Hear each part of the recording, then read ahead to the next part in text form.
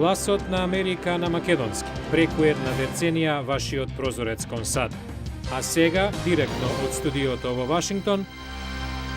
Добро вечер. Го гледате ТВ журналот News Flash на Гласот на Америка на македонски јазик, а јас сум Лилица Китановска. Денес ќе зборуваме на повеќе теми. За Кајро, здравствената реформа на председателот Обама, за воредната состојба во САД заради лошите временски услови, но пред се за председателот на Македонија, што неделава е во Вашингтон. Шефот на македонската држава Ѓорѓе Иванов неделава е во Вашингтон по повод традиционалниот молитвен појадок. На 59-тиот годишен редовен собир во четврток ќе учествуваат председателот на САД Барак Обама, американски конгресмени и сенатори, како и државници и други истакнати лица од целиот свет.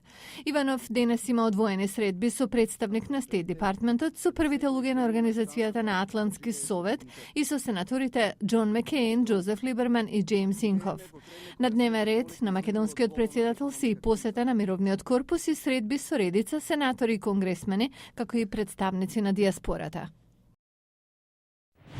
Федерален судија во Флорида донесе одлука дека големиот реформски закон за здравствена заштита на Обама е неуставен, затоа што законот ги кршел правата на луѓето со тоа што ги принудува да купат здравствено осигурување до 2014-та или воспротивно да бидат казнати. Администрацијата на Обама вели дека ќе ја обжали одлуката.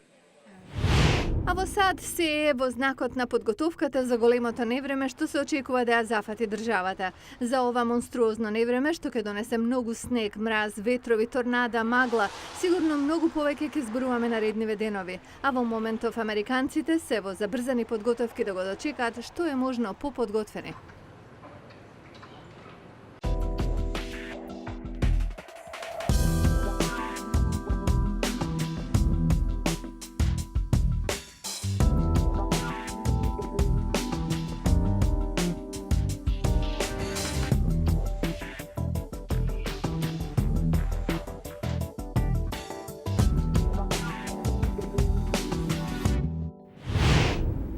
Продолжуваме со протестите во Египет, каде денес е можеби најголемиот собир досега. Протестантите повикаа на марш на милион луѓе. Армијата ветува дека ќе стои настрана, а странците се уште го напуштаат Египет. Еве ги последните моменти. Бараме од овој режим да си даде оставка и му велиме на председателот Хосни Мубарак дека нема да дозволиме никој од неговата влада да биде назначен, вели овој протестант. Армиските сили остануваат стационирани низ главниот град, но не се мешаат со насобраните. Еве што за тоа вели армискиот портпарол. Вашите армиски сили нема да употребат сила против оваа голема нација што ја поддржуваше армијата низ историјата. Нагласуваме дека вашите армиски сили се штитот и тврдината што ја заштитува оваа голема нација. Втор бран на масовни протести е планиран за денеска во Александрија.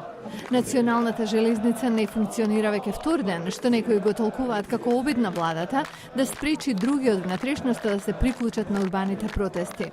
Интернетот и денес за египтјаните е недостапен, а египетскиот новоименуван подпредседател Омар Сулеман кажа дека Мубарак од него побарал веднаш да започне дискусии.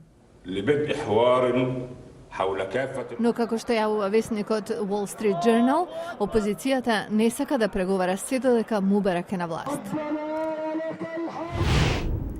Протестирање на водата за пиење во 35 американски градови. Американска група за заштита на средината нашла дека во 31 град, вклучително и главниот град, водата содржала хром 6, метал што вообичаено се смета за канциноген.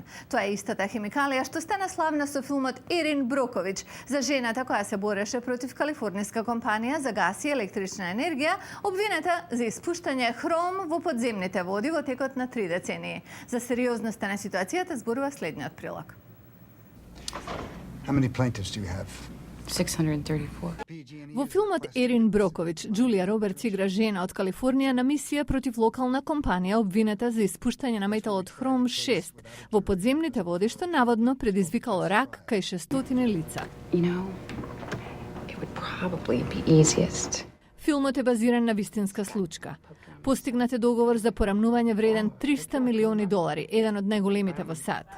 15 години подоцна, тестирање на група за заштита на животната средина изнесе шокантни податоци за водата за пиење во државата.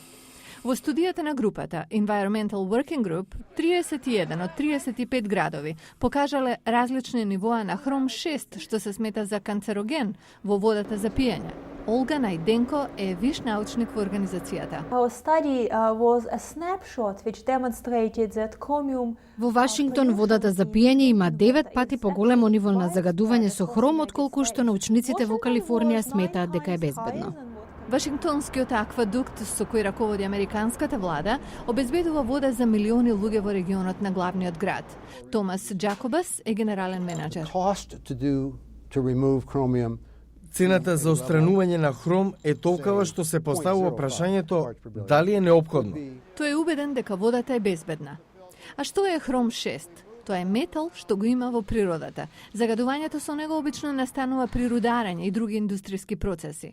Најденко вели дека се испушта во водата зашто индустриите се небрежни. Джакобас пак вели дека и старите цевки може да испуштаат метали во водата.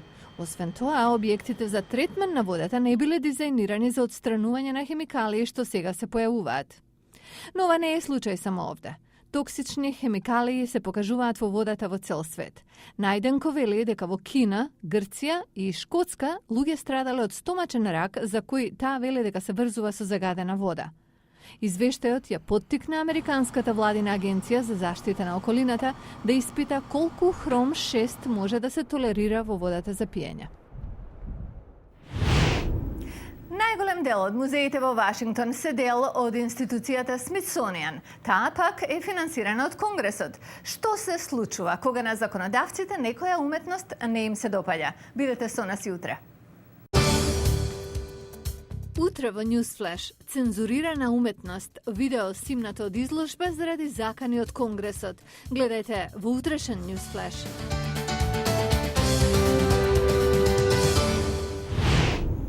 Ова беше Newsflash на гласот на Америка на македонски јазик. Јас сум Лилица Китановска. А многу повеќе содржини ќе најдете на нашата веб страница. Појдете на гласнааmerika.com. Пријатна вечер.